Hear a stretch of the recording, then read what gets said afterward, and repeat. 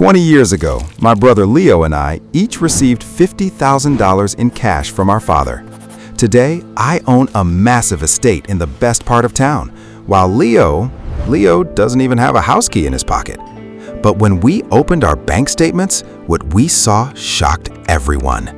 How is it possible that the guy with no real estate is wealthier than his mogul brother? Let me take you back to that scorching summer afternoon when everything changed for us. Leo and I were as different as night and day. I was 28, working for a construction firm. I always believed that real wealth was something you could walk on or sleep under. But Leo, who was 26 and working in tech support, would always say, "Daniel, working hard for money is a 19th century mindset. Money should work for you." I'd just smirk at him. One Saturday evening, my father dropped an envelope on the kitchen table. He had sold an old family property and set aside a $50,000 check for each of us. He looked us in the eye and said, "This $50,000 is the seed for your next 20 years. One of you might become a king, while the other might watch it all go up in smoke. The choice is yours. Plant it or burn it." I didn't waste a single second. I already had my eye on a house in the North End priced at $250,000. I did the math. I'll put $50,000 down and take out a $200,000 mortgage. My tenants' rent will cover the payments, and in a few years, I'll own a $250,000 property. To me, it was the safest bet in the world. But when Leo took his check, he looked at me and laughed.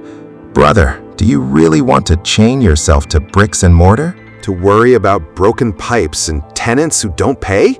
I'm putting this money somewhere I don't even have to look at it." He decided to dump everything into a total stock market index fund. I told him, "You're investing in thin air, Leo. If the market crashes tomorrow, what do you have left? At least my house will still be standing." Leo just replied, "Let's see who's truly free in 20 years. A few weeks later, I was standing in front of my new house.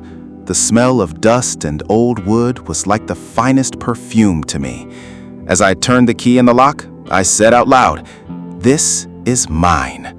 I found a tenant, and on paper, the numbers looked great, but this kingdom came at a heavy price.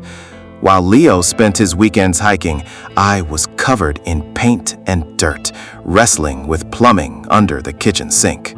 One week, a pipe would burst. The next, the AC would die. I'd tell my friends with pride, investing means sweating. They admired me, but no one saw me lying awake at night, stressed that a tenant might move out and I wouldn't be able to cover the mortgage. It felt like the house owned me, not the other way around. Leo, meanwhile, had no keys to show for his wealth. He put his money in the market, added a small amount from his paycheck every month, and then did absolutely nothing. Our friends mocked him. "Leo, you've thrown your money into the wind. Look at Daniel's house getting bigger. Well, you just have an app on your phone." Leo would just smile and go for a walk.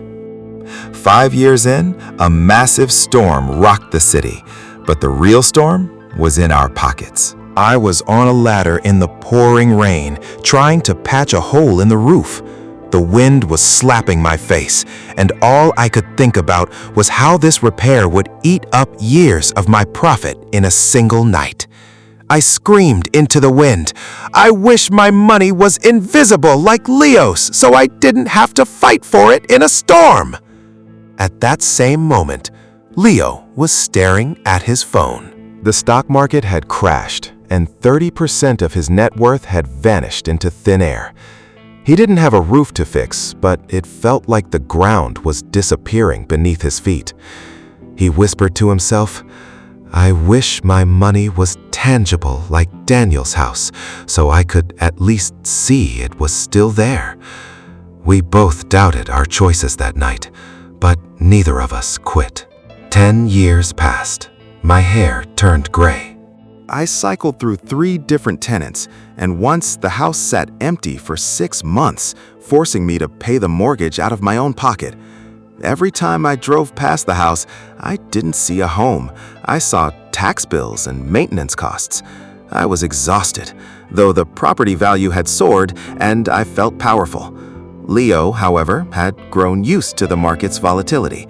His wealth grew quietly, like an oak tree. He never argued with a plumber. Instead, he spent his time traveling and learning new skills. Finally, 20 years were up. Leo and I sat on the porch of our father's old house. I said proudly, "Brother, I finally paid off the mortgage. This house is 100% mine. It's a real asset. But honestly, my back can't take it anymore. This house took my entire youth." Leo opened his laptop. The number I saw made my jaw drop. Leo's wealth, without a single drop of sweat or a single sleepless night over a tenant, was equal to mine, and actually a bit higher. I was stunned. How is this possible? I fought, I repaired, I hustled for 20 years, and you just watched? Leo said calmly, "Daniel, you built a house of bricks and mortar. I used the magic of compound interest. We both reached the destination, but my path was free."